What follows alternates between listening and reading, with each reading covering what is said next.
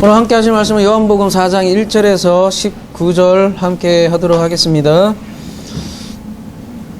요한복음 4장 1절서부터 19절입니다. 예수께서 제자를 삼고 세례를 베푸신 것이 요한보다 많다 하는 말을 바리새인들이 들은 줄을 주께서 아신지라. 예수께서 친히 세례를 베푸신 것이 아니요 제자들이 베푸신 것이라. 나머지 말씀은 한 절 한 절 읽어가면서 강의하도록 하겠습니다. 지금 사람들이 세례 요한이 세례를 주는 것보다 예수께서 세례를 주는 곳에 지금 사람이 더 많이 몰려온다는 소식을 바리새인들이 들었다라는 말이 나오는데요. 이 이야기는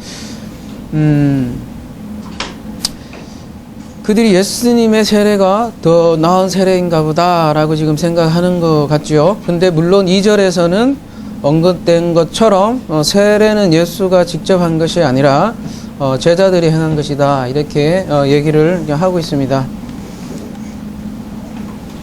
물론 예수님이 직접 세례를 행하지 않았다, 이런 말씀을 한 것은 참된 세례는 십자가에서 이루어지기 때문에 그렇겠죠. 유대인들이 이러한 참 세례를 알리가 아직까지는 만무하겠죠. 여전히 유대인들은 어둠에 머물러 있는 것이죠. 그래서 3절에 유대를 떠나사 다시 갈릴리로 가실세, 이런 표현이 납니다. 유대를 떠나사라고 번역되어 있는데요.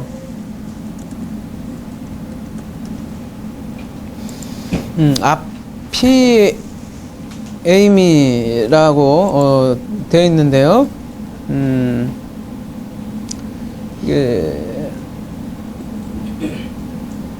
나중에 여자가 그 물 항아리를 이렇게 버리고 이런 동네로 들어간다, 뭐 그런 얘기가 나오거든요. 그 똑같은 단어거든요.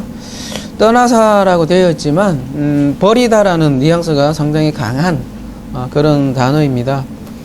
그래서 그리고 이 아내와 이혼하다, 이런 뜻도 가지고 있는 것이 아피에임입니다. 고린도전서 7장 11절에 보면 아내와 이혼하다 표현할 때 이 아피에임이라는 단어를 쓰고 있다는 거죠. 그렇다면 지금 요한복음 4장 3절은 유대를 떠나긴 떠났는데 어떤 뉘앙스로 지금 쓰고 있냐면 유대를 버렸다, 이런 그런 개념으로 지금 뉘앙스를 가지고 썼다는 것이죠. 왜 이 유대와 이혼했다라는 표현을 이렇게 쓰고 있을까? 자, 우리 다시 한번 생각해 봅시다. 요한복음은 몇 개의 표적으로 되어 있다? 앞부분에 7개의 표적으로 되어 있잖아요. 그리고 그 7표적에 대한 뭐가 나온다? 그 다음에는 표적에 대해서 항상 오해가 있어요. 오해를 있고, 이 오해를 그 다음에 이제 예수님께서 풀어주시는 장면으로 요한복음은 전체가 다 구성이 되어 있단 말이죠. 근데 오늘 본문 4장은 그 7번째 표적 가운데 첫 번째 표적에 대한 마무리 부분이거든요. 이제 그 첫 번째 표적을 해설하는 부분이라고 할 수 있단 말이죠. 첫 번째 표적이 가나 혼인잔치란 말이에요. 그 가나 혼인잔치에 대해서 그 첫 번째로 오해한 사람이 오늘 본문 이전에는 3장에 니고데모가 등장을 하고, 지금 두 번째 사람이 지금 사마리아 여인으로 등장을 하고 있습니다. 그래서 유대를 떠났다란 말은 이 3장을 염두에 둔 건데요. 유대라고 하면 흔히 예루살렘을 좁게 얘기하면 예루살렘을 뜻하죠. 즉 유대의 최고봉이었잖아요. 최고봉. 그 니고데모가 있는 것이 예루살렘이었는데요. 그래서 좁게 유대인이라고 하면 예루살렘을 뜻한다고 할 수 있는데요. 그래서 예수님이 유대를 떠났다라는 말은 지금 니고데모로 대표되는 그 유대교를 떠났다라는 말을 시사를 하고 있고요. 그러니까 유대교로 구원받는 것이 아니다라는 것을 이런 식으로 암묵적으로 표현하는 거라고 할 수 있습니다. 그래서 예루살렘을 떠나 어디로 갑니까? 갈릴리로 지금 다시 갈릴리로 가실세, 이러한 표현이 있는 것이죠. 왜 갈릴리로 가셨다 이런 표현을 할까요? 갈릴리가 어떤 곳이죠?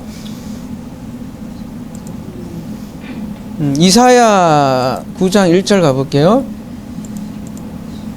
전에 고통받던 자들에게 흑암이 없으리로다. 옛적에 여호와께서 스불론 땅과 납달리 땅이 멸시를 당하게 하셨더니 후에는 해변길과 요단 저쪽 이방의 갈릴리를 영화롭게 하셨느니라. 흑암에 행하던 백성이 그 빛을 보고 사망의 그늘진 땅에 거주하던 자에게 빛이도다. 이런 말씀이 나오는데요.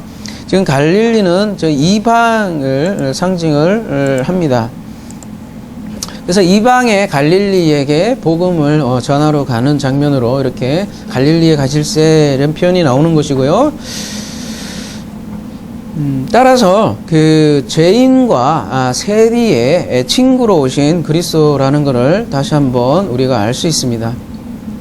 그래서 유대교의 최고봉인 니고데모와 너무나 대비되는 죄인 중에 죄인, 유대인에게는 개 취급받던 그 사마리아인도 아니고 그 중에 또 여인이에요. 네.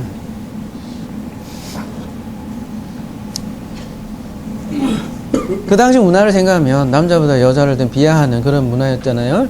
그러니까 죄인 중에 죄인이고 개 취급받는 사마리아, 그 중에서도 여인을 누가 찾아가요?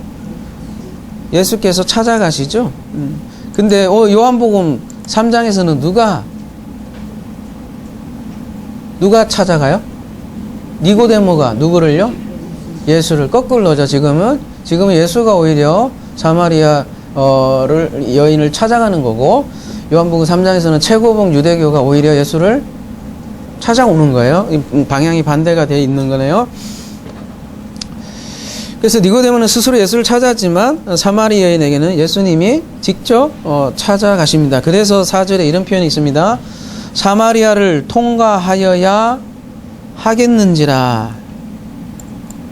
이게 무슨 말이에요? 사마리아로 통행하여야 하겠는지라.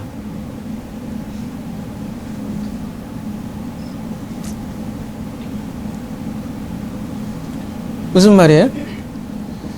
반드시 통과해야 된다는 거잖아요. 지금 day로 시작을 합니다. day, must란 말이에요. 반드시 통과해야겠는지라. 왜 이런 얘기가 났을까요?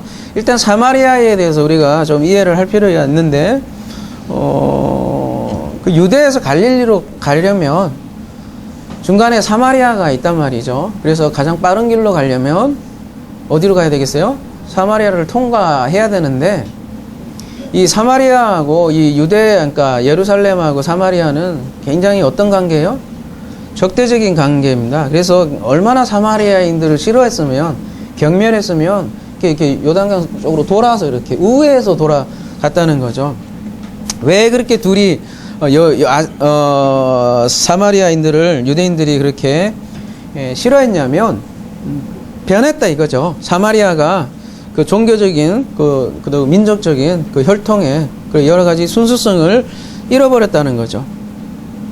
그래서 BC 450년경에 이제 유대 사람들이 성전을 이제 재건할 때 사마리아인들이 어떻게 해요? 돕겠다고 나왔잖아요. 근데 그거를 거부를 하죠. 그만큼 싫어했던 거죠. 그러니까 사마리아 사람들도 열받는 거죠. 그래서 보복하려고 계속 성전 재건하는 거를 계속 방해하는 장면이 성경에서도 등장을 합니다. 이렇게 갈등이 계속해서 점점 깊어지고 지금 예수님 당시 어때요? 유대인과 사마리아에는 원수처럼 지낸 것이죠. 근데 예수님과 제자들은 요단강을 건너서 우회하지 않고 직접 사마리아를 통과했다는 거죠. 단순히 여행길을 단축하기 위해서 통과를 했느냐? 그렇지 않다는 거죠. 아까도 말씀드렸다시피 특별한 목적이 있기 때문에 그런 거죠. 그래서 day라는 이 단어를 쓰고 있고요. 반드시 뭐 해야 한다는 그 의지가 들어있는 단어가 day예요. 주님의 의지가 들어가 있는 거죠. 그러니까 우연히 사마리아에 간 게 아니라 의지를 가지고 일부러 사마리아에 간 거라고 할 수 있습니다. 그러니까 이 사마리아 우물 사건은 반드시 they, must, need 반드시 필요했다는 거예요. 왜요? 예수님의 행동 가만히 보면 구약의 그 사건들을 성취하는 장면들로서 많이 등장을 해요. 그래서 오늘 본문도 구약의 어떤 본문과 연관이 되어 있고 그 장면을 성취하는지 차근차근 알아보도록 하겠습니다. 그리고 복음을 위해서 반드시 필수 코스였다는 거죠. 왜 그런 것도 한번 알아보도록 하겠습니다. 4장 5절 사마리아에 있는 수가라 하는 동네에 이르니 야곱이 그 아들 요셉에게 준 땅이 가깝고 이렇게 얘기되는데요. 사마리아 이 원수관계 대적관계에 있는 이 사마리아 땅에 특별히 어느 동네에 지금 오늘 그 배경이 되는 그 지역이 어디냐면은 시칼이라고 되어 있는데 우리말로는 수가라고 이렇게 번역했는데 시칼은 이게 그 히브리어 7941라고 되어 있으니까 히브리어로 가볼게요.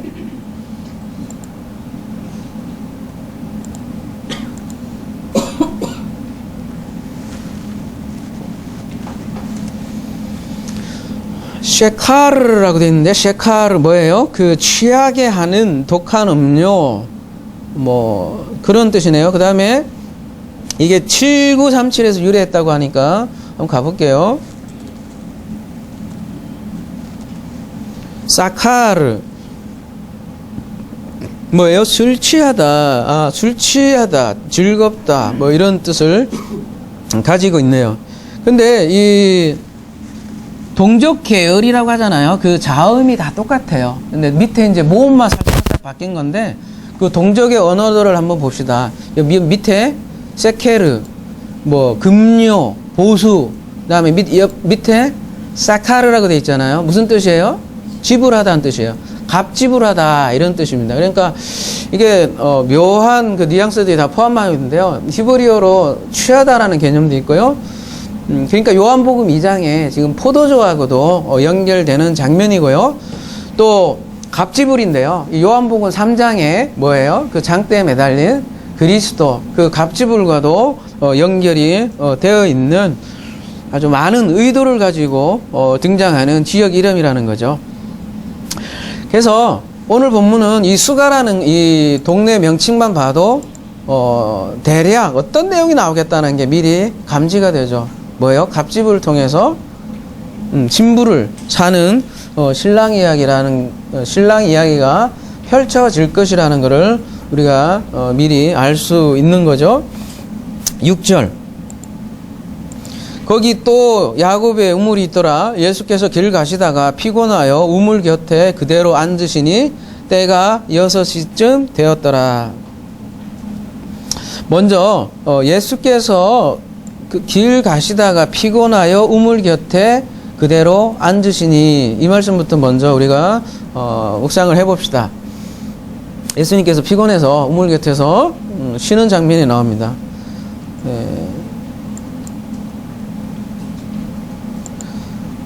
피곤해서 이렇게 앉으셨잖아요. 근데 이 앉았다 이게 이제 카데조마인데요. 히브리어로 하면 카데조마이가 야사브라는 단어를 쓰고 있어요. 야사브가 무슨 뜻이냐면 뭐 거하다, 앉다 이런 뜻도 있지만 결혼하다라는 의미도 있어요. 그래서 하나님이 우리 안에 거하다, 하나님이 우리 안에 거하는 게 결혼의 의미예요. 그리고 오늘 이게 마치 그 번역은 행로에 권하여 이게 이제 개역이네요. 그 다음에 개역 개정에는 길 가시다가 피곤하여. 그러니까 물리적으로 이제 유대에서 갈릴리로 가는 도중에 이제 여행을 하니까 굉장히 길 가다가 굉장히 피곤하다 이런 것들을 보면 그렇겠지만 이 행로로 호도이포리아라는 게 무슨 뜻이에요? 여행이라고 돼 있는데 3596과 동일하다고 하는데 가볼게요. 나그네가 되다. 이게 나그네 개념이 이렇게 있네요. 그리고 피곤하다라는 개념도 한번 가볼게요. 권하여 이렇게 됐는데 코피아노. 이게 말이 되네. 코피나네, 그죠? 코피아노. 피곤하여, 권하여 이렇게 됐는데 2873에서 유래했다 이렇게 됐는데 피로를 느끼다. 한번 가볼게요. 2873. 왜 코피가 터지는지. 호포스라고 돼 있는데 이게 수고, 고통 이런 뜻이네요. 요 코포스가요. 그 요한복음 가장 그 가까이에 있는 단어가 이 코포스가 어디에 나오냐면요. 요한복음 4장 38절에 보면 내가 너희로 노력하지 아니한 것을 거두러 보내었느니 이때 코포스예요. 다른 사람을 노력하였고 너희는 그들이 노력한 것에 참여하였느니라. 여기에 등장하는 게 이제 코포스 수거예요. 이때 노력이란 뭐냐면 어떤 노력이겠어요? 생명을 낳는 노력이라는 거죠. 그러니까 지금 신랑되기에 나그네로 오셨어요. 길 가다가라는 거는 그러니까 신랑되기에서 나그네로 오셨다는 얘기가 나오고, 그래서 여자를 만나는 이런 어떤 노력, 생명을 낳는 수고와 고통이 따른 일을 코피아노라고 이렇게 표현을 하네요. 여러분 기억하기 쉽겠죠? 응? 생명 낳는 일은 코피 터지는, 코피 나오다. 코피 납니다. 코피 터지는 일입니다. 이렇게 기억하면 이해가 좀 쉽겠죠? 이런 의미가 이 표현에 함축이 되어 있는 거예요. 단순히 이렇게 길 가다가 앉아서 굉장히 피곤해. 그래서 이 얼마나 막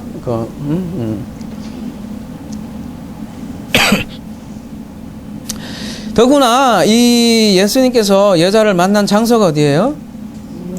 우물이죠. 오늘 찬양도 이에 맞춰서 그걸 뽑아주셔서 감사하고요.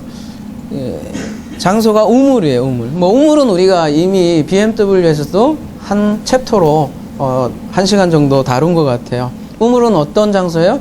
잘 아시는 대로? 만남의 something의 장소, 그죠?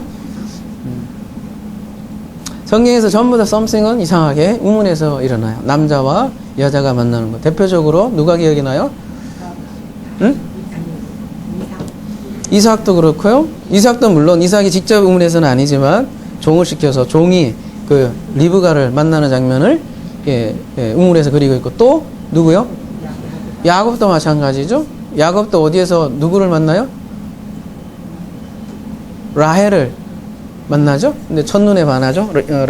레아가 아니라 또 모세도 마찬가지 시보라를 우물에서 만나고, 또요.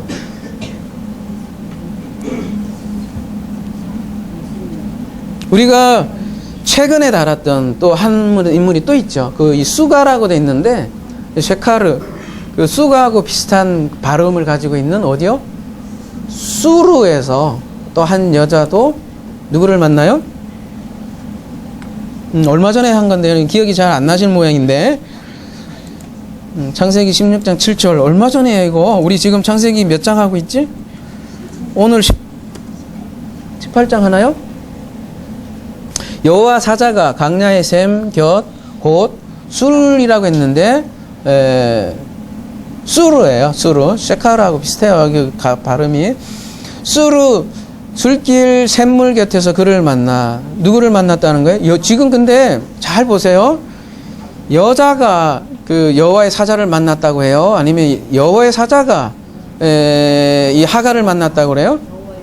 여호와의 사자가 그를 맞자 찾다. 오늘 그 요한복음에 보면 다음 주 이제 주제겠네요. 다음 주 이제 요번도 마찬가지. 지금 찾아온 개념이 맞자인데요. 이렇게 찾아오는 거예요. 찾아오는 거예요. 예배하는 자도 하나님께서 찾으세요. 그래서 예배자로 만들고, 그건 다음 주 얘기고, 지금 여호와의 사자가 하갈을 만나 이렇게 표현을 하고 있어요. 그러면 여호와의 사자가 지금 말라크 야훼라고 되어 있는데, 이게 누구를 상징을 할까요? 이게 여호와가 실제로 우리 인류 역사에 이렇게 나타난다 하면 그게 그리스도 개념이에요. 그러니까 여호와의 말라크는 지금 그리스도를 상징을 하고 있는데, 그리스도가 그의 여자를 지금 만나는 장면을 지금 하갈을 통해서 이렇게 얘기를 하고 있죠. 그런데 이 수르 강야가 또 어디에 또 등장을 해요? 출애굽기 15장 25절에서도 또 등장을 하잖아요. 이건 너무 많이 다뤘잖아요. 아이고. 이건 그냥 이걸로 찾으라는가 보다. 15장 22절. 이것도 같은 동네예요. 같은 수르인데, 모세가 홍해에서 이스라엘을 인도하며 그들이 나와서 수르 강야로 들어가서 거기서 사흘길을 걸었으나 물을 얻지 못하고 그 다음에 쭉 마라에 이르렀더니 그곳 물이 써서, 이게 무슨 사건이에요?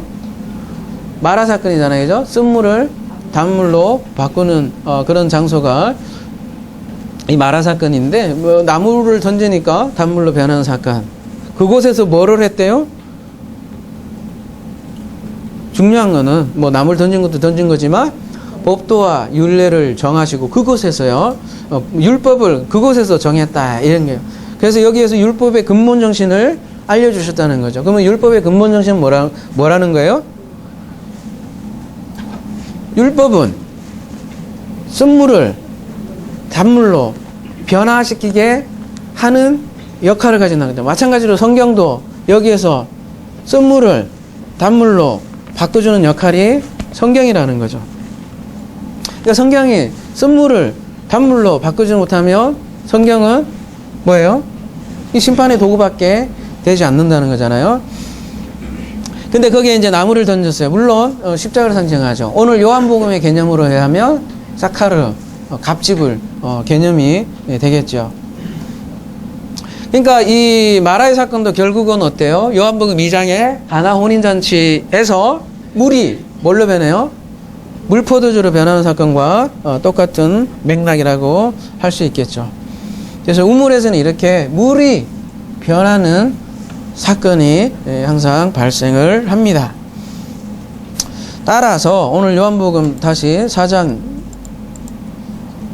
6절로 돌아가 보면요, 야곱의 우물이라고 표현이 되어 있어요. 이 야곱의 우물이 즉 마라의 물이죠. 새롭게 변화될 것을 암시하고 있는 것이죠. 물이 변해요. 쉽게 얘기하면 요한복음 2장에 세포도주죠. 그리고 이 수가라는 그 이름 자체가 벌써 술 취하다 이런 뜻을 가지고 있으니까 이 발생한 동네가 여인은 신랑을 만남으로써 이 세술에 취할 것이라는 것을 우리가 이제 미리 알 수 있는 거죠. 성경에서는 이처럼 우물 얘기를 굉장히 많이 하는데 왜 우물 얘기를 많이 하냐면 이 우물이 그 구원의 그림을 가장 핵심적으로 보여주기 때문이죠. 구원은 그리스도와 교회의 하나됨인데 그 하나됨을 가장 분명하게 그려주는 게 결혼이에요. 근데 그 결혼을 위한 그 만남의 장소가 이 우물로 등장을 하는 거죠. 그러니까 이 그리스도가 사마리아에 반드시 통과해야 했고 그곳에서 반드시 여인을 만나야 하는데 그 장소가 바로 우물이라는 거예요. 근데 만난 장소가 우물인 것은 바로 물 때문일 텐데요. 그리스도를 만나면 쓴물이 변해서 오늘 이제 요한복음은 생수로 표현되는 영생의 물을 마시게 된다는 것을 우리에게 알려주기 위해서 이렇게 사마리아를 일부러 통과하신 것이죠. 그래서 물이 포도주 돼서 물이 바뀌어서 표현은 뭐든 간에 그죠? 세술에 취하게 될 거라는 거죠. 근데 그 만나는 시간이 몇 시래요? 6시쯤 되었더라. 우리 요한복음 제6강에서 이미 요한복음 1장 39절에서 뭐라 그랬어요? 요한복음은 공관복음하고 후대에 나온 작품이잖아요. 그래서 공관복음에서는 유대 시간을 따르는데 요한복음은 무슨 시간을 따른다? 로마 시간을 따르는데 더 중요한 것은 요한복음에서는 로마 시간보다 더 중요한 것은 시간 자체에 굉장히 상징성을 두고 시간 자체를 써버린다는 거죠. 이게 로마 시간보다 더 중요한 것은 그냥 숫자 그 자체라는 거예요. 그래서 왜 이 로마 시간이라는 거는 요한복음 6강을 한번 참고해 주시기 바랍니다.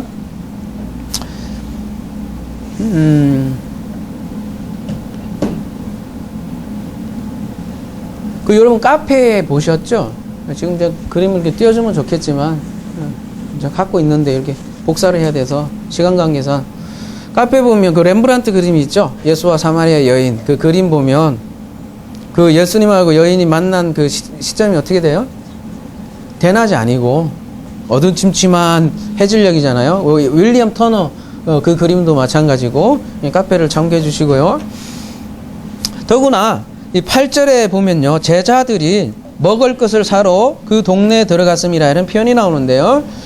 유대인들은 지금 우리 현대인들과 지금 현대 유대인들과 달리 그 당시 유대인들은 하루에 아침, 저녁 두 끼만 먹었다는 거예요. 그러니까 점심 때는 잘 안 먹고 그냥 잔단 말이에요.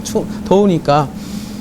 그러니까 아침하고 저녁 두 끼 먹는데, 그러니까 지금 요 배경은 사실은 저녁이 자연스럽겠죠. 더더구나 성경에 창세기 24장 11절에 가보면요, 여인들이 주로 물 뜨는 시간을 보면 창세기 24장 11절 그 낙타를 성박 우물 곁에 끌렸으니 저녁 때라 여인들이 물을 기르러 나올 때라. 여인들이 물을 기르러 오는데 저녁 때에 물을 기르러 나오는 장면이죠. 그러니까 낮에는 여기 중동에 계셨던 분도 우리 집사님도 계신데 중동에 낮에 너무 더워갖고요 돌아다니지도 못한대요. 실제로 저녁에 그래서 이게 우물을 기를 수밖에 없고 그게 자연스러운 거라는 거죠. 왜 이렇게 지금 그 두 사람이 만난 시간을 우리가 오랫동안 지금 계속 얘기를 하느냐? 왜 그렇게 했어요? 제가 왜 이렇게 배경을 오래 깔겠어요? 왜 이런 얘기를 자꾸 하겠어요? 그동안 저도 그렇고 우리는 대부분 이 6시를 대낮 12시로 이렇게 환산을 해서 뭐하고 연결을 하냐면 여인의 행실을, 그러니까 대부분 이렇게 해석을 하는 거예요. 12시니까 그 당시에 다른 보통 사람들은 물길로 안 나온다는 거예요. 그러니까 이 여자가 얼마나 죄인이었으면, 얼마나 죄가 많았고 과거가 부끄러웠으면 아무도 없는 대낮에 이렇게 와서 몰래 우물을 길었다 이렇게 얘기를 하는 거죠. 그러니까 여인이 이제 도덕적인 면에서 떳떳하지 못한 생활, 남을 피해서 정오경에 온 그 상처받은 여인, 그 여인을 치유해주는 예수님. 그래서 이 여인을 어떻게 접근하냐면 상담학적으로, 그죠? 상담학적으로 접근을 한단 말이에요. 이 여인이 과거에 얼마나 죄가 많고 부끄러운 여자인데 그 여자의 쓴뿌리를 제거를 하고 예수님은 어떤 식으로 상담을 했는가. 대부분 이렇게 접근을 한단 말이에요. 그러니까 이 본문이 도덕적인 해석의 전형으로 우리에게 계속 우리가 그렇게 들어왔고, 그렇기 때문에 실제로 본문이 얘기하는 복음이 뭔지를 놓치는 경우가 너무나 많기 때문에 시간이 그런 쪽으로 작용을 했기 때문에 시간을 언급하지 않을 수 없다는 거죠. 그러나 다시 한번 말씀드리지만 요한복음 4장은 2장, 3장의 결론 부분이란 말입니다. 따로 떨어져서 갑자기 상처받은 영혼, 치유받을 영혼, 그런 얘기를, 심리학적 얘기를 하려고 하는 게 아니라는 것이죠. 여기 요한복음 2장, 3장의 공통 분모, 공통 단어는 뭐죠? 같은 연결이 될 수밖에 없는 공통 단어, 공통 어휘가, 공통 용어가 뭐죠? 물, 여러분이 말씀하셨던 물도 공통점이 있고, 포도주도 2장하고 4장 되고요. 또요. 가장 중요한 2장이 무슨 사건이에요? 결혼 사건이잖아요. 근데 3장에서도 또 세례 요한이 또 신랑 얘기하잖아요. 나는 신랑 덜러리고 예수님이 신랑이다 이런 얘기를 하고, 결혼이잖아요. 근데 결혼에 꼭 있어야 할 것이 포도주 얘기고, 물과 포도주, 그리고 또 그 중간에 있는 얘기가 세례 얘기라고, 세례. 그래서 이런 주제로 다 한꺼번에 다 엮여 있다는 거죠. 그래서 첫 번째 표정이 가나 혼인잔치를 이렇게 계속 해석해 주는 본문이 오늘 본문이라는 거죠. 그래서 오늘 1절과 2절도 또 세례 얘기가 또 나오잖아요. 그러니까 지난 강해에서 우리가 다뤘듯이 요한의 세례와 예수의 세례를 비교하고 있어요. 계속해서 성경은. 그래서 요한의 세례는 물 세례이지만 예수님의 세례는 성령 세례이다. 이렇게 얘기를 하는 거죠. 그러니까 물과 성령으로 거듭난다는, 그래서 이제 3장에서는 그렇게 얘기를 하고 있고요. 그 2장에서는 물과 성령을 물포도주로 얘기를 하고 있고요. 그 다음에 2장에 성전 시위 사건이 나오잖아요. 그곳에서는 옛 성전과 새 성전으로 이렇게 얘기를 하고 있고요.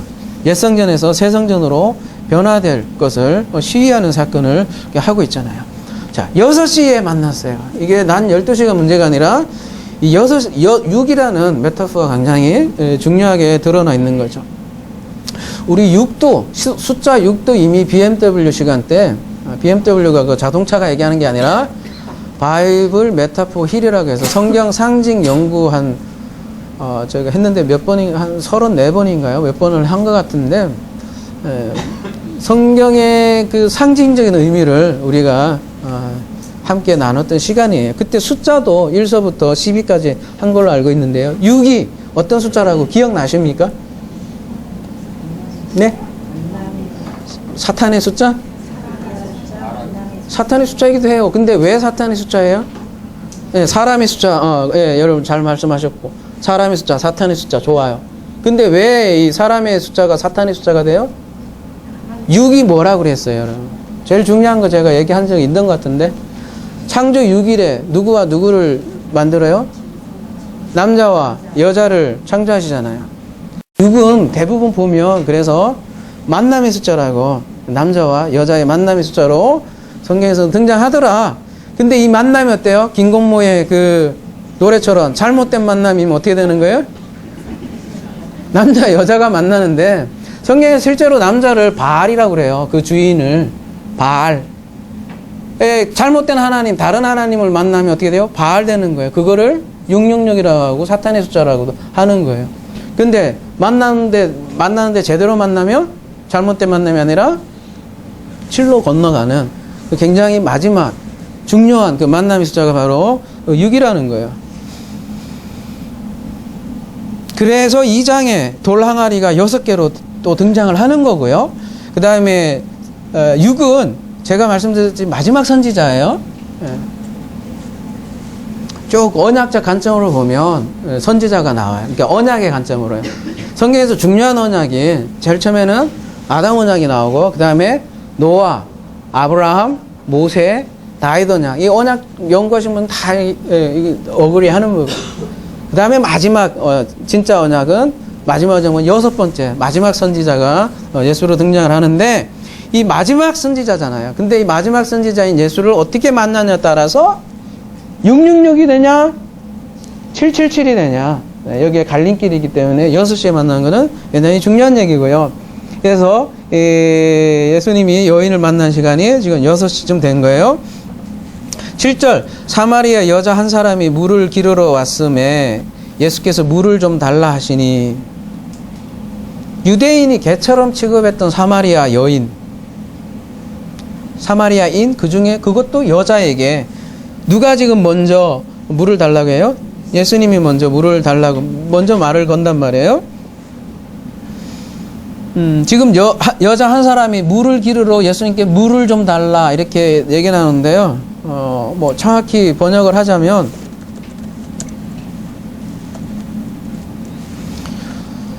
물을 길러 앓다 할 때는 물은 명사예요. 그리고 여자에게 물을 달라 할 때는 물을 좀이라고 되어 있지만 이건 동사예요. 그러니까 물이라기보다는 마시는 그 자체가 피노인데요. 그래서 물은 명사고 뒤에 피노는 동사니까 직역을 하면 어떻게 돼요?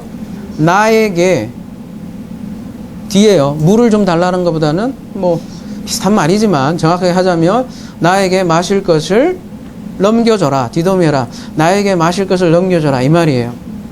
그러니까 네가 가지고 있는 물을 말하자면 넘겨달라는 건데 무슨 뜻이에요? 이 말은 네가 가진 물 뭐냐? 이런 거잖아요. 그러니까 예수님께서 지금 물을 건네달라. 넘겨줘라. 물을 줘라. 이 얘기는 H2O를 얘기하는 거는 아니에요. 계속해서 요한복음 보면 예수님은 계속 영적인 걸 얘기하는데 이 말씀을 받는 사람들은 계속 물질적인 육적인 걸로 생각해서 둘이 계속 이게 뭐가 안 맞는 그런 장면들이 계속 연출되는데 오늘 본문도 마찬가지예요. H2O를 말하는 게 아니고 네가 가진 물 좀 줘봐. 그런 말이죠. 그러면은 여자가 가진 물이 뭐예요? 그게 6절에 야곱의 우물이라는 거죠. 야곱의 우물이 있더라. 여러분 요한복음 1장에 보면 누가 등장을 해요? 그때 요한복음 1장 말미에 보면 뭐 그는 간사한 사람이 아니더라 할 때 그 간사한 사람이 야곱 얘기를 했었잖아요. 그 다음에 1장 51절에도 인자가 오르락내리락 하리라 이렇게 할 때도 그것도 야곱의 꿈을 그 이미지화해서 얘기한 거라고 했잖아요. 1장에 야곱이 등장하는데 야곱이란 인물은 어떤 인물이에요? 쉽게 얘기하면 야곱이 있고 이스라엘이 있잖아요. 예. 야곱이란 인물은 이스라엘이 되기 전의 인물. 쉽게 얘기해서 어떤 사람이에요? 자기 이름이죠. 자기 이름. 근데 이스라엘은 누가 준 거예요? 하나님이 부여하신 이름이고. 그러니까 존재가 변화되기 전에 물을 야곱의 물이라고 하는 거고, 그러니까 목마를 수밖에 없다는 거를 여인에게 지금 가르치기 위해서 말을 건네는 거예요. 그런데 그 물을 달라 하시니 이는 제자들이 먹을 것을 사러 그 동네에 들어갔습니다. 이게 한글로는 이렇게 좀 실감이 안 나잖아요. 무슨 얘기냐면 예수께서 물을 좀 달라고 마실 것을 좀 달라고 하는데 그 이유는 이라는 뜻이에요. 이게 그러니까 7절하고 8장이 연결돼 있어요. 8절이 뭘로 되냐면 가르로 돼 있거든요. 그러니까 왜냐하면 그러니까 7절하고 8절하고 지금 연결해서 얘기하는 거예요. 오늘 본문은. 왜냐하면 뭐래요? 이거랑 관련이 돼 있다고요. 제자들이 먹을 걸 사러 동네에 들어가는 것과 이 여인에게 여인하고 지금 물 관계가 둘이가 아주 밀접한 관련이 있다는 걸 지금 얘기하는 거예요. 예수님이 제자들이 그 동네에 먹을 걸 사러 들어갔기 때문에 물을 달라고 했다. 예, 겉으로 보면, 언뜻 보면, 먹을 걸 사러 갔으니까 물로라도 허기를 채워야겠다. 그런 의미로 보일지 모르겠지만, 그렇게 볼 수도 있잖아요. 육적으로 보면. 배고파서 허기를 채웠다는 게 아니라, 예를 들면 그 제자들이 그 동네에 들어갔다는 것도 예수님 계시고 요 동네에 들어갔다 이런 의미로 볼 수도 겉으로 보면 그렇겠죠. 근데 이게 어떤 의미가 있냐면 아페르코마인데요. 아포 플러스 에르코마예요. 에르코마에는 여러분 많이 들어가셨죠? 오다 가다 하니까. 이제 아포라는 건 무슨 뜻이냐면 찾는 것보다 쓰는 게 더 빠를 것 같아서 아포 플러스 에르코마인데 분리 떨어져서 가다 오다 그런 뜻이에요. 그러니까 지금 동네에 들어갔어요. 동네에 들어갔는데 그거는 어떤 개념이 있냐면 예수와 지금 분리 개념으로 지금 얘기를 하고 있고요. 예수와 분리되면 어디로 들어가면 동네에 들어가요. 제자들은 그러니까 먹을 양식을 구하러 갔는데 그들의 양식은 예수님의 양식과 어때요? 달라요. 그 얘기를 이제 뒤에서는 얘기를 해요. 오늘은 물 얘기하지만 다음 주는 이제 양식 얘기고 사실 그래 뒤에 보면요. 요한복음 4장 34절 예수께서 이르시되 나의 양식은 나를 보내신 이의 뜻을 행하며 그의 일을 온전히 이루는 이것이니라. 이거 예수님의 양식은 아버지의 일을 온전히 이루는 이것이래요. 그러니까 사마리아 여인에게 지금 아버지의 일을 이루는 것이 예수님에게는 양식이라는 거예요. 그러니까 그 다른 양식을 찾기 위해서 지금 떠난 제자하고 대비가 되는 거죠. 제자들은 그러니까 육적인 양식을 양식을 찾아 동네로 들어간 거죠. 이 동네 개념은 참 부정적인 의미로 많이 등장을 해요. 다음 주에 더 자세하게 보지만 동네로 들어가고 나오고 사마리아인들도 동네에 나와서 예수님에게 믿었다 이런 얘기를 하거든요. 그러니까 지금 사마리아 여인과 지금 제자들의 그 상태를 굉장히 이렇게 비교를 해놓고 거의 같은 상태인 거예요. 둘 다 한쪽은 양식을 착각하고 있고 오해하고 있고 한쪽은 물을 오해하고 있고 의에 줄이고 목마른 자는 복이 있나니 저희가 배부름을 오시게 할 때 줄임 목마름이잖아요. 그러니까 항상 두 가지로 성경을 얘기한다고요. 그죠? 물이 나오면 양식이 반드시 나오는데 오늘은 물부터 먼저 얘기를 하는 거예요. 그래서 예수님이 지금 묻는 거예요. 네가 가진 물 뭐냐? 그래서요.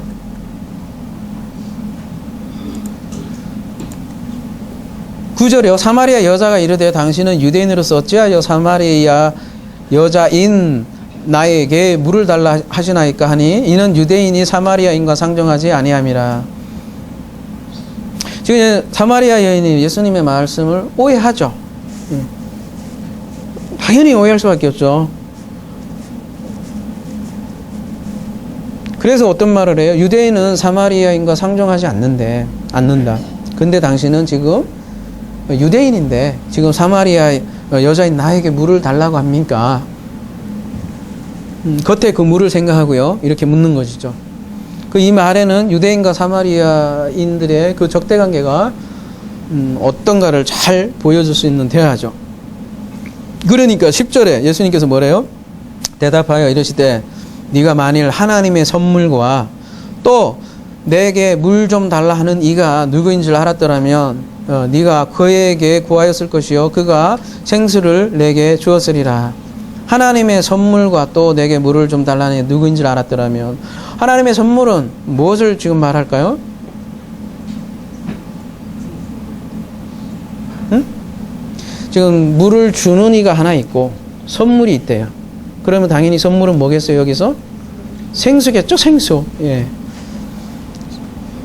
생수는 일종의 흐르는 물이에요. 흐르는 물, 생수, 살아있는 물인데 사실 지금 대하고 있는 장소의 우물은 우물은 흐르는 물은 아니거든요. 사실은. 그러니까 지금 예수님은 말씀하신 이 생수는 사실 물리적인 물을 얘기하는 게 아니라 생수. 그러니까 바로 하나님의 선물. 그 하나님의 선물을, 그 생수를 줄 수 있는 네가 누군지 알았더라면 메시아인 당신을 당신이, 그러니까 메시아인 당신이 이 생수, 하나님의 선물을 줄 수 있다고 얘기를 하는 거죠. 그러면 이 생수는 또 뭐를 뜻할까요? 요한복음 7장에서 이제 또 해설을 해주죠. 요한복음 7장 37절. 명절 끝날, 곧 큰 날에 예수께서 서서 외쳐 이르되 누구든지 목마르거든 내게 와서 마시라. 명절 끝날이요. 7번째 절기 끝날. 명절 끝날 곧 큰 날에 7에 예수께서 서서 외쳐 이르시되 누구든지 목마르거든 내게로 와서 마시라. 나를 믿는 자는 성경의 이름과 같이 그 배에서 생수의 강이 흘러나오리라 하시니 이는 그를 믿는 자들이 받을 성령을 가리켜 말씀하신 것이라. 이렇게 성령을 뜻하죠. 그러니까 여인은 예수님 말씀을 알아들 수가 없죠. 그러니까 다시 여자가 11절 여자가 이르되 주여 물기를 그릇도 없고 이 우물은 깊은데 어디서 당신이 그 생수를 얻겠사옵나이까. 물론 여기서 주여 큐리어스인데 그 하나님을 뜻하는 그런 개념은 아니겠죠. 극존칭이죠. 존칭으로서 주여라고 얘기하는 것 뿐이고요.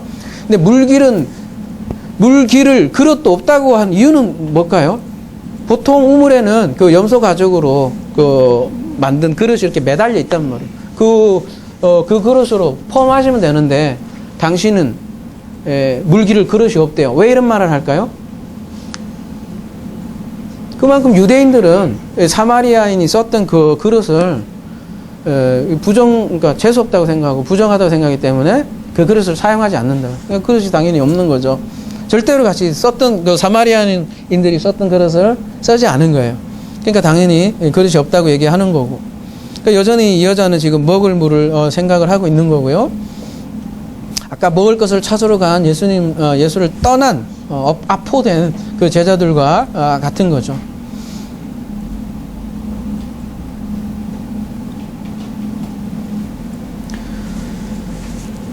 그 니고데모도 마찬가지잖아요. 내가 물과 성령으로 1호부터 거듭나야 된다 이렇게 하니까 그걸 어떻게 받아들여요? 안호땡이 두 가지로 다 있잖아요. 1호부터 나는 것도 있고 거듭난다는 것. 그러니까 물적으로 다시 태어난 걸로 착각하잖아요. 그런 니고데모처럼 지금 여자는 지금 계속 육적인 물을 생각하고 있는 거예요. 12절 우리 조상 야곱이 이 우물을 우리에게 주셨고 또 여기서 자기와 자기 아들들과 짐승이 다 마셨는데 당신이 야곱보다 더 크니까.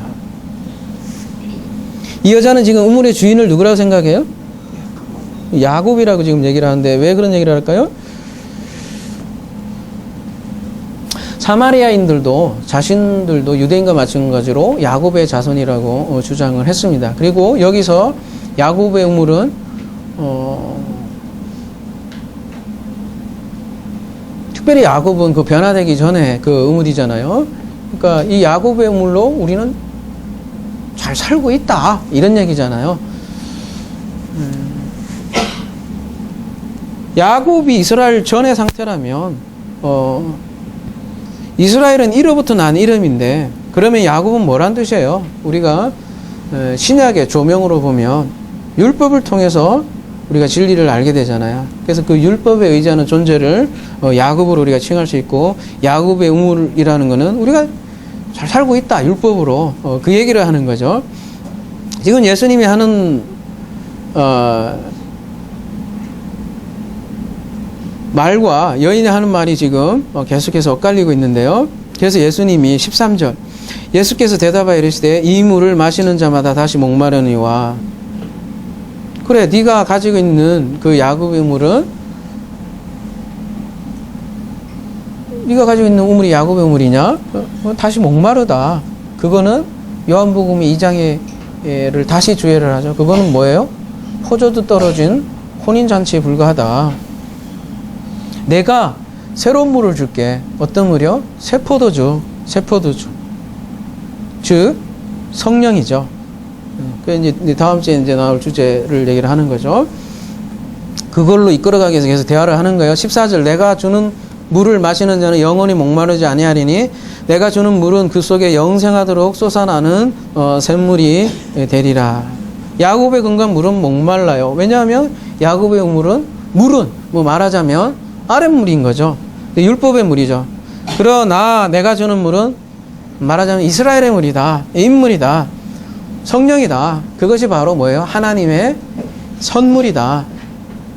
그러니까 아랫물 통해서 하나님의 선물인 인물, 성령을 아는 것이죠. 그런데 그렇지 못하면 야곱의 물, 즉 율법이라는 물, 저주의 물에 빠져 죽는 거죠. 그것이 노아의 홍수 사건이라고 할 수 있겠죠. 지금 예수님은 물을 통해서 성령을 가르치려고 하시는 거예요. 15절 여자가 이르되 주여 그런 물을 내게 주사 목마르지도 않고 또 여기 물길로 오지도 않게 하옵소서. 여전히 여자는 물까지 길을 안 오니까 얼마나 좀 편하겠어요. 그죠? 계속 물을 얘기를 하고 있네요. 그러니까 16절 이르시되 가서 내 남편을 불러오라. 지금 새로운 물을 말하고 있는데 갑자기 왜 남편 이야기를 할까요?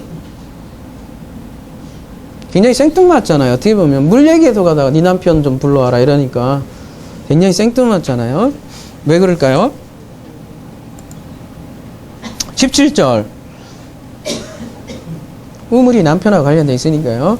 여자가 대답하여 이르되 나는 남편이 없나이다.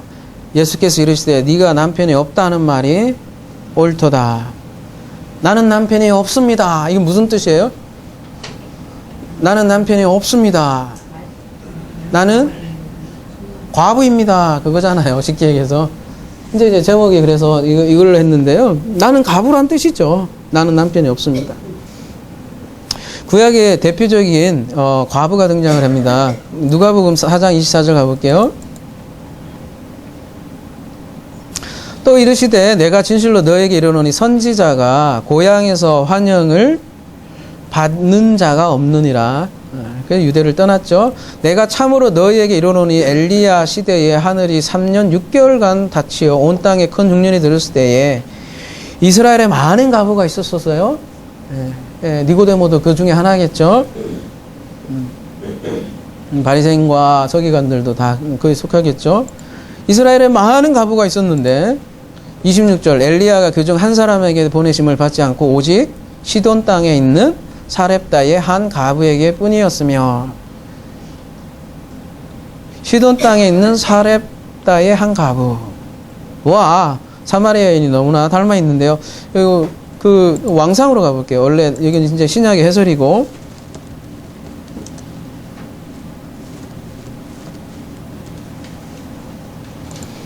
여러분 시간 되면 열왕기상 17장 전체를 한번 읽어보세요. 제가 시간이 없어서 다 못 보겠는데 똑같아요. 오늘 본문 장면하고 그렇게 아들 살리는 장면도 그렇고요. 뭐 양식 떨어진 것도. 거기는 계속 넘치는 양식을 얘기하잖아요. 줄어들지 않잖아요. 그거나 오늘 마르지 않는 샘물이나 같다는 거예요. 근데 다 볼 수는 없고 7절만 볼게요. 너는 일어나 시돈에 속한 사르밧으로 가서 거기 유하라. 내가 그곳 과부에게 명하여 너를 공개하려 하였느니라. 이런데요. 여기도 보면요. 너는 일어나 거기 유하라 했는데 아까 나오죠. 야샤브 기억나세요? 뭐라 그랬죠? 야샤브. 아까 무슨 단어가 야샤브라고 했어요?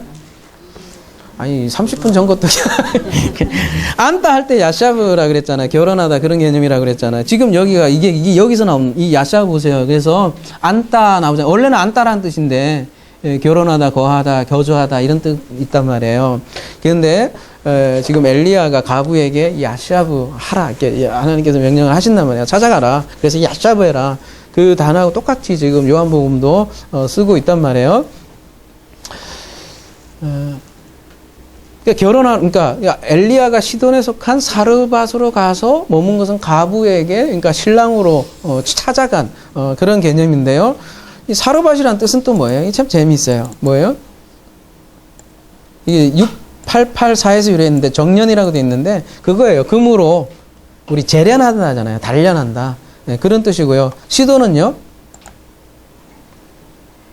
이것도 찾아가 보면 잡는다 이렇게 되는데 6679에서 유래됐다고 했는데요. 6679 가보면 고기 잡는다는 뜻이에요.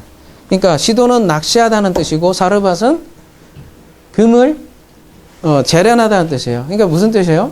아주 재밌는 표현이란 말이에요. 가부를 낚시를 하고 낚시를 해서 금으로 단련한다. 네, 그래 금으로 단련해서 신부로 만드는 장면이라고 할 수 있습니다. 사복음서 내용하고 똑같죠. 낚시해서 금으로 재련하는 장면, 성전으로 만드는 장면하고 똑같은 것이죠. 그래서 하나님의 엘리야를 바로 누구에게요? 특별히 가부는 가부인데 어디예요? 사르밧, 이방 땅이란 말이에요. 이방인 가부에게 보내신단 말이에요. 그래서 오늘 본문은 선지자 엘리야처럼 한 이방인 가부에게 찾아온 그리스도를 그리고 있는 거예요. 가부에게. 그것도 이방인 가부에게 찾아온 신랑. 그래서 이렇게 제목을 찾아봤습니다. 찾아온 거예요. 찾아온 거.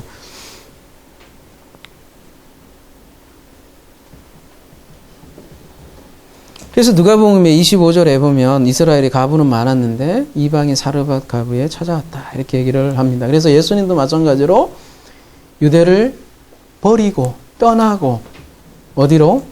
오직 한 여인 사마리아 여인에게 야샤브 했다. 그래서 예수는 사마리아를 통과해야만 했다. 이렇게 얘기가 나오고 왜냐하면 예수님이 엘리야의 실체이기 때문에 그런 것이죠. 그래서 요한복음 4장 18절로 다시 넘어가겠습니다.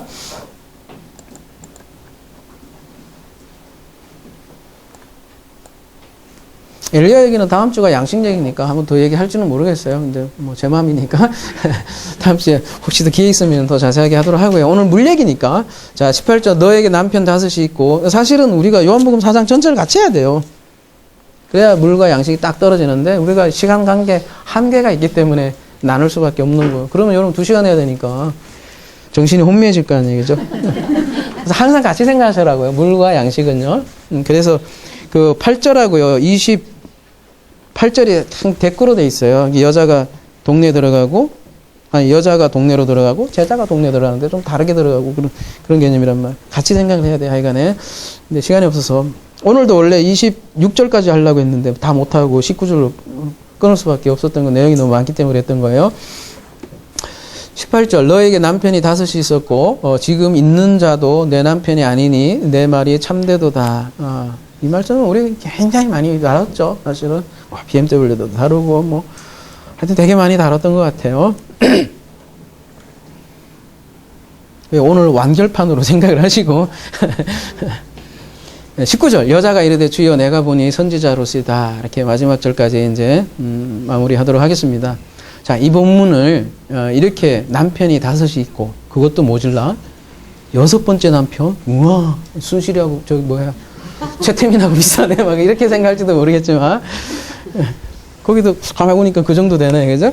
그리고 6번째 남편도 지금은 그러면 없으니까 뭐 네 남편이 아니니까 뭐 결혼신고 안 하고 동거하고 사는 뭐 그런 성적으로 타락한 여인인가?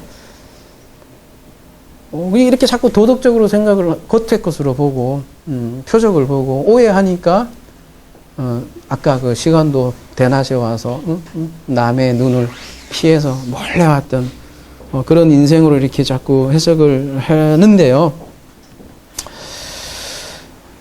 그렇게 만약에 해석이 되면 또 예수님도 여자가 이르되 주여 내가 보니 선지자로서 나에게 이런 얘기를 하고 예수님이 옛날에 과거사를 다 알아맞추는 최태민 정도로 이야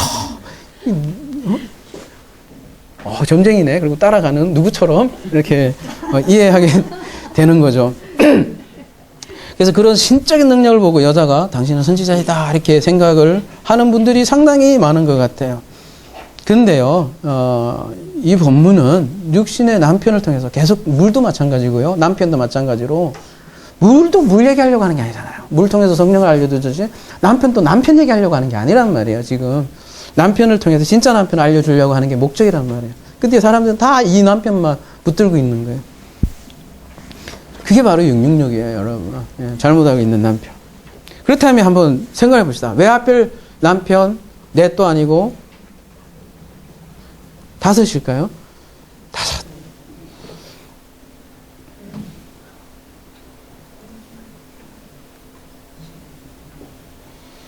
다섯 남편은 네 남편 아니지. 지금 예수님 그 얘기하잖아요. 그러면 너로 하여금 그 좀 물 못 마시게 하지. 그 남편이 이제 물 얘기하다 갑자기 남편 얘기하는 거니까요.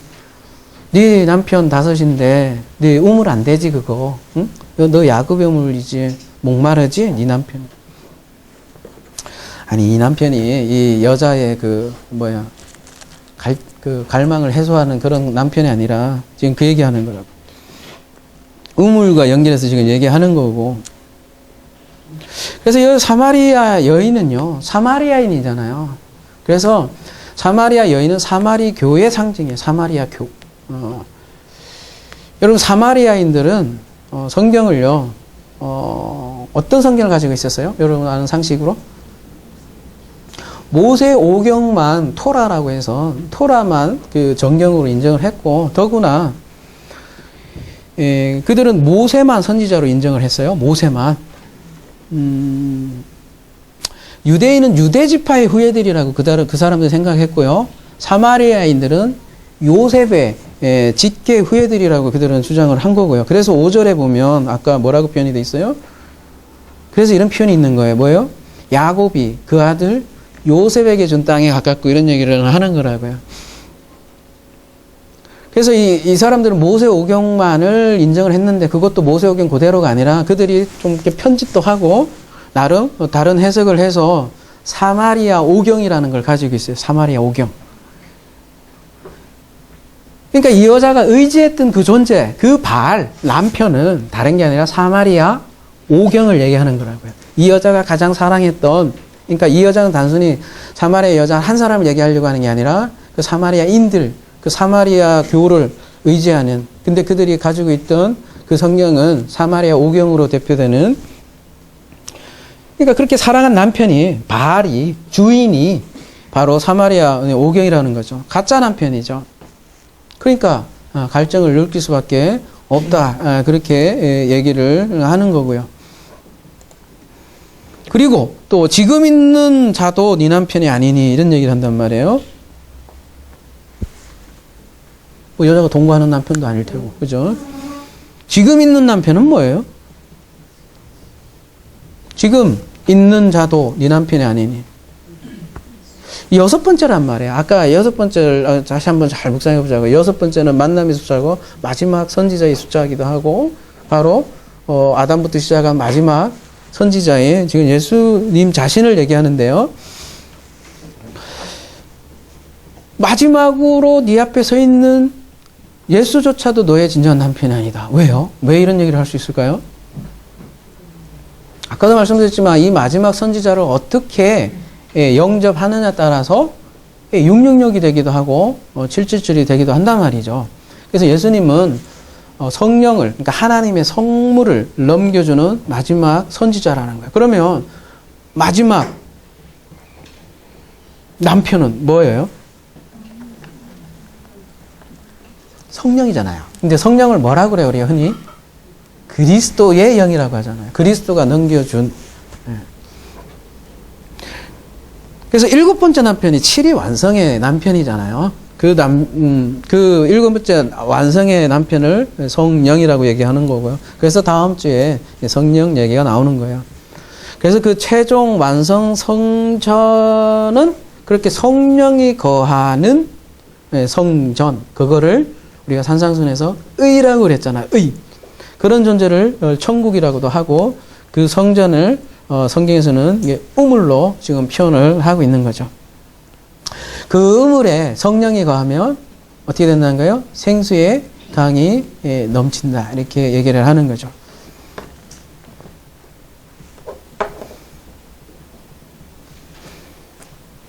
지금도 마찬가지예요. 뭐 우리에게는 성경이 주어졌지만 우리에게 마지막 선지자는 예수가 우리 성경을 뒤도미하지 못할 수가 있다니까요. 그러면 그것도 역시 가짜 남편이고 강명한 천사는 다르게 나타난 게 아니라 그렇게 가장 사랑하는 그것으로 나타난다는 게 계시록 우리 13장에서 이미 다루었잖아요. 이사야 58장 11절 한번 함께 하고 마무리하도록 하겠습니다.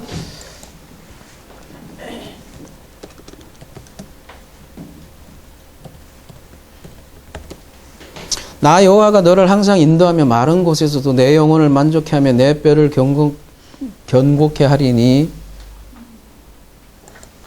너는 물든 동산 같겠고 물이 끊어지지 아니하는 샘 같을 것이라. 요 찬양도 할 거랬다. 물된 동산 같고 이런 찬양이 있죠 아마. 다음 주에 한번 하든지요. 알고 부르면 참 복음이 될 거 아니에요. 우리 물된 동산이라는 걸 많이 들어보셨잖아요. 물된 동산이라는 게 무슨 뜻일까요? 한번 가봅시다. 물된 간은 에덴 동산 할 때 간이잖아요, 그죠? 그 간은 간이고 여기 라베라고 돼 있는데 뭐예요? 물된이라고 돼 있지만 워틀드라고 돼 영어로는 좀 낫네. 뭐예요? 물이 그냥 풍부한데 어느 정도로 풍부하냐면 완전히 취할 정도로 그냥 흠뻑 취할 정도로 물이 많다는 게 라베인 거예요. 그리고 물이 끊어지지 않는 이라고 돼 있잖아요. 물이 끊어지지 않는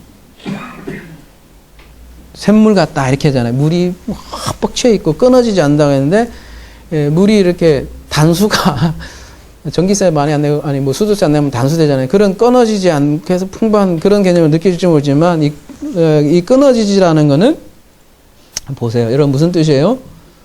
거짓말하지 않는 그런 개념으로 지금 사용하고 있어요. 그러니까 물이 풍부하다는 얘기는 거짓말하지 않는 샘 이렇게 얘기하고 있어요. 그래서 지금 물된 동산이니까 그러니까 진리의 동산, 성령의 동산을 지금 얘기하는 거고 뭐에 취하는 거예요? 그러면 성령에 취하는 거죠. 그래서 그 성령만이 갈증을 해결해 준다 이렇게 얘기를 하고 있고요. 그래서 성경에서 물을 대는 사건이 이렇게 등장을 하는 겁니다. 그래서 우물가에 사마리아 여인이 바로 그 얘기를 하는 거고요. 그래서 아까 수가라는 단어가 아까 물된 동사 이거하고 같단 말이에요. 취한다는 거예요. 술 취한다는데 그 술이 뭐 그런 술은 얘기하는 건 아닐 거 아니에요.